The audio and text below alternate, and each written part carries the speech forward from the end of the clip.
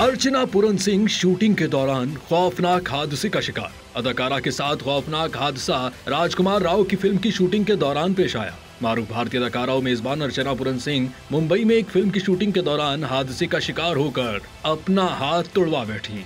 अर्चना पूरन सिंह ने अपने YouTube channel पर एक नया वीलॉग पोस्ट किया, जिसमें उन्होंने अपने साथ पेश आने वाले हादसे की तफसीलात बताई।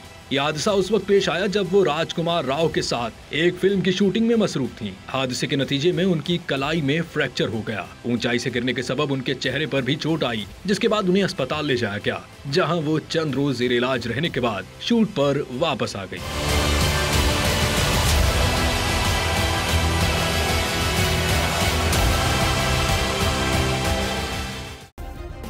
सब्सक्राइब करें और बेल दबाएं ताकि कोई खबर रह न जाए।